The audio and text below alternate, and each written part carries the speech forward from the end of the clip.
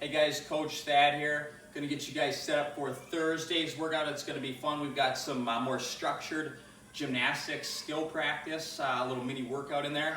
And then we're going to do a fun little workout today where we're incorporating some box jumps and then also some single arm devil's press. So it's going to be pretty fun.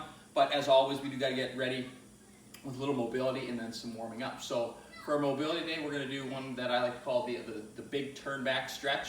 So this is really good for opening up the chest, shoulders, even the back a little bit. So we get onto a wall, just like they get our armpit into it. And then we're just going to hold here with nice breathing, 1 minute on one side, and then we'll kick it over, get 1 minute on the other side. And then since we do have some box jumps today, I want us to make sure that we're stretching our calves. So for this one, a few different ways you can stretch your calves. The one that I really like to do is I put my foot on the wall, just like this, and then what I'll do is I'll keep my leg totally straight as I lean in for about 30 seconds, and then what I'll do the last 30 seconds of the minute is I'll actually bend that leg, and you can feel it shift to a different spot on your calf, right? Because there's multiple muscles that make that up. So this way we're getting both of those. So 30 seconds with the leg extended, and then 30 with it bent, and do that on each side. Just kind of play around with it. Some people, they feel that really well like I did. Others, if you just want to keep it straight, you can do that. If you just want to have it bent. But definitely a minute each leg, okay? And then we'll just do the general warm-up and the floor routine to get us rolling. And then our structured gymnastics. So again, definitely want you guys to do this. And then after, if you want to do additional gymnastics things, by all means, go for it. Especially nowadays, we got more time, right? But the structured gymnastics, it's going to be 4 sets. We're going to have a timer going. What I want you guys to do is you're going to do the first minute is going to be dedicated to handstand walking, right? So if you're able to do handstand walks, just handstand walk, right? You can set a certain distance, but just go for that minute. Just do as much distance as you can.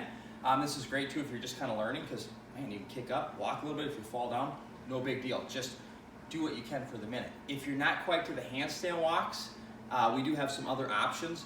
Isabella is going to show us kind of the next step down from a handstand walk. I like to call them shoulder pops. So what we'll do is she's going to kick up on the wall. All right, and then she's just going to pop her hand off the ground and alternate. And that's kind of simulating that we're walking. Okay, come on down. All right, so that's one option. If you're really good at it, you could touch your shoulder. But otherwise, just popping that hand does a really good job. Kind of teaches you some body awareness. If we can't do that, we could do the same thing that Isabella did, but we could be in that pike position off of a box or a step and just popping the hands or touching the shoulders. But no matter what version you're doing, go for a minute. And again, it doesn't have to be the entire minute that you're handstand walking or shoulder tapping. But if you do a little bit and then you come down, rest for a second, and then kick back up, just try to do as much as you can in the minute. After that, you'll rest for an entire minute. And then we're going to go get our pull-ups in. Remember last week I showed you guys an alternative to pull-ups if you don't have a bar at home. Where we can use the door. So Liz, come on over here real quick. So again, you guys want to use kind of a door that is an interior, exterior door because they're sturdier. And set it up just like this. And then we're grabbing the top and you guys have your pull-ups. Or if you cannot do that, we'll do negatives. So again, you guys will set up some sort of box or chair or step that allows you to step up and start with your chin above the door, and then you're going to control your descent. So I'll show you guys real quick. So if I'm here, I'm going to control my descent. Try to take 3 seconds to get all the way down. Okay, and you'll do whether it's the strict pull-ups on the door or off of a bar, or if you're doing negatives off the door or bar, just as many as you can in the minute. Okay, and again, I don't expect you to just be going the entire minute. You can take breaks in there, but just get as much work done as you can. Next minute is a total rest. And then the next minute of work, we're going to be doing some L-sits. Okay, so lots of different ways we can do L-sits. This, in my opinion, is the absolute best core exercise you could do. If you could do a legit L-sit for a minute straight, you could probably crush toes to bar, no problem. You could do sit-ups for days. You can hold planks. You could probably do some pretty high-skilled gymnastic stuff. The L-sit is the king. Okay, so I'll show you the kind of the RX version of it, and then I'll show you different ways to scale it. Okay, so RX, we're here. I like to go on my knuckles, and then we're just up. Legs are locked out, and I'm in that L position. Okay, so again, you'll try to hold that as much as you can in a minute. If you're doing it right, I doubt you're going to go a minute straight, at least not every single round. So just do what you can. If you need a little break, that's fine, but then pop back up and just try to get as many seconds in there as you can. Ways we can scale that, really easy. I like to go kind of the straddle position, so hands are in the middle, toes are up just like that, okay? Or we could go right there, all right? But if we're doing either one of those, we want to avoid leaning back as much as we can. That makes it a lot easier. We want to sit as upright as we can and use our ab muscles to draw those legs up, okay?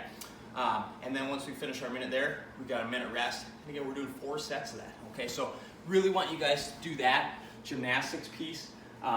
Ton of value in that. We got strength, we got body positioning, body awareness. So all things that are kind of basic, but if you can master those, I mean, that you can take them anywhere, okay? And then after you finish that, by all means, if you want to work on more things, you can.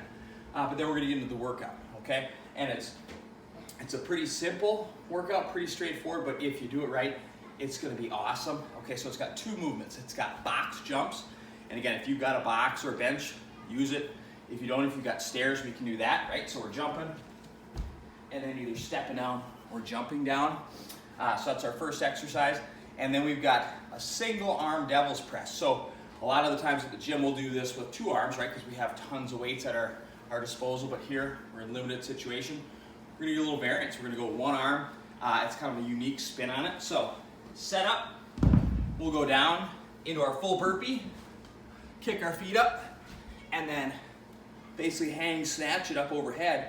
And then when you guys come down, you can switch, or you can go shoulder and then down. If you want to just switch in the air, whatever you want, but you're gonna switch arms, and then we'll hit the burpee on the other side. Boom, right there, okay? Dumbbell works really well, but again, if you've got kettlebell, that would be fine. I'd recommend with the kettlebell, you don't have to hold on to it when you go down the burpee. It can just be there. You'll do your burpee, and then you'll grab that handle, pop it up overhead. The flow of this workout, all right, it's gonna be 10 of our box jumps, and then we got 15 of those devil's press. Okay, I know one side's gonna do an extra, no big deal. Then we got 20 of our box jumps, 15 devil's press, 30 box jumps, 15 devil's press, 40, 15, 50, and then 15, okay? So we're going 10, 20, 30, 40, 50 of the box jumps, and then 15 of our single arm devil's press after every single round, okay? Again, it's an at-home workout. Most of us have nothing but time, so there's no real time cap on this, but what I'm gonna start doing is kind of giving you guys certain goals or time domains, like how long it should take. So this workout, I've got down anywhere from 10 to 25 minutes, and the reason for that is some people just don't have a tall step, right? So obviously, if I'm doing a 1-foot step versus the prescribed 24, I'm gonna finish that a lot faster, right? And some people don't have as heavy of weights, so it's gonna be lighter. Hey, no problem. If you're finishing in 10 minutes and you're just flying and you drop dead at the end of it, that's gonna be an awesome workout, okay? If you've got a tall box and a heavy weight and you're just slogging through it, it takes you 25 minutes, that's probably a good workout too, right? Okay, at the end of the day, just want you guys to be moving, right? Number one, it's awesome for physical, but right now, I'm telling you, mental. It's huge for the mental side of things, right? We need it. So let's have some fun with it. Let's get after it and go get it, guys.